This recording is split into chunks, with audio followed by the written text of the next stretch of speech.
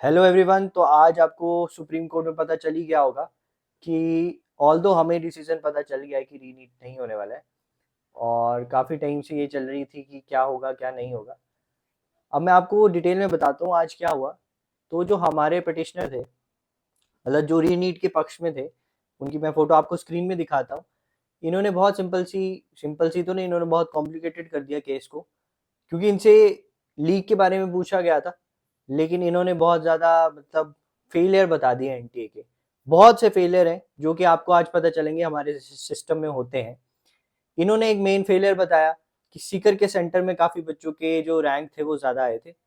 उसमें इन्होंने बोला कि काफ़ी बच्चों का पेपर एक प्राइवेट कॉलेजेस में होता है, और इन्होंने एक बहुत अच्छी बात उठाई कि पेपर जब ओएमआर हम सबमिट करते हैं तो वो कब तक जमा होती है, कब तक सील होती है। वो विद इन हाफ आवर या 1 आवर में होना चाहिए, लेकिन वो 2-3 घंटे में होती है। तो हो सकता है कि उसमें टेम्परिंग हो। ठीक है। एक उन्होंने बोला कोई बच्ची 12th में फेल है, वो कर्नाटका जाके सेंटर भर रही है। इन्होंने एक और बात की कि नेक्स्ट टाइम या जब भी नीट का पेपर होगा, तो जब भी सेंटर भरे जाएंगे तो उसमें जो एनटीए है या कोई भी कंडक्टिंग एजेंसी है वो पूछेगी आपका एड्रेस कहाँ है। जहाँ का एड्रेस है वहीं के सेंटर मिलने चाहिए। तो ये बातें करके वो बस ये कह रहे थे कि सिस्टम का फेलियर है तो रीनीट होना चाहिए। लेकिन दोस्तों, सीजीआई ने भी बहुत अच्छी बात की उनके साथ, जो भी थे उनके साथ। उन्होंने कहा ठीक है, पटना में पेपर लीक हुआ, हजारीबाग में पेपर लीक हुआ, लेकिन हम कैसे प्रूव कर सकते हैं कि ये जो पेपर है वो मास लीक हुआ है। और अब देखो इतना टाइम हो गया डिसीजन को, अब दोबारा कंडक्ट कैसे कराया जाएगा। और आपको क्या लगता है कि दोबारा पेपर होगा तो क्या ये सिस्टम में फ्लॉज नहीं होंगे। तो बहुत से ही कॉम्प्लिकेटेड हो गया। कोई कहता है कि क्वेश्चन पेपर कैनरा बैंक जाता है, एसबीआई बैंक जाता है।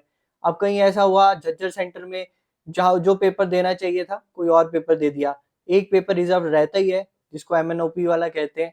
वो पेपर दे दिया, कुछ बच्चों ने वो किया, उनसे वापस ले लिया, तब ग्रेस मार्क्स दिए, उनका टाइम लॉस हो गया। लेकिन ये हमारा इशू नहीं था। जो सीजीआई के साथ थे उन्होंने कहा कि आपका इशू है, लीक हुआ है तो लीक को प्रूव करो। तो वो प्रूव नहीं कर पाए इतने अच्छे से कि मास लीक हुआ है। उसके बाद जो दूसरे रिस्पॉन्डर थे, मतलब जो एनटीए के पक्ष वाले, उन्होंने भी अपना सारा डाटा बता दिया। तो सुप्रीम कोर्ट को आज डिसीजन देना चाहिए था, क्योंकि ऑलरेडी केस बहुत ज़्यादा हो गया।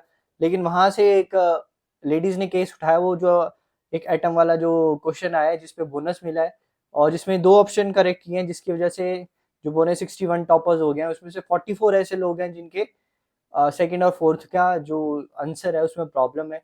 उसको सीजीआई ने उस सिंपल से क्वेश्चन को अभी आईआईटी दिल्ली के डायरेक्टर जो हैं वो 3 मेंबर्स की कमेटी बिठाएंगे और वो उसे सॉल्व करेगी।